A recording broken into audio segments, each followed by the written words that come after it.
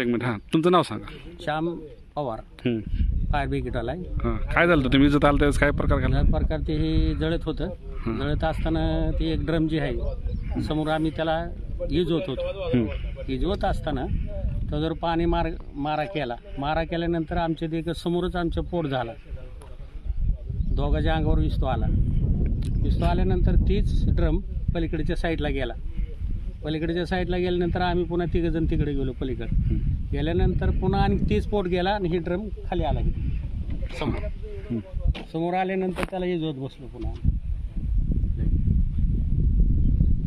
तुम्हाला काय विजा झाली का त्यात? इजा बिजा नाही, पडलो फक्त आम्ही पाण्यात पळून गेलो आम्ही. आता त्या पोटला मात्र मोठा पोट होता एकदम गेला आणि तीच ड्रम इकडं आला. असं झालं. हे समजा अंगावर दारू आहे.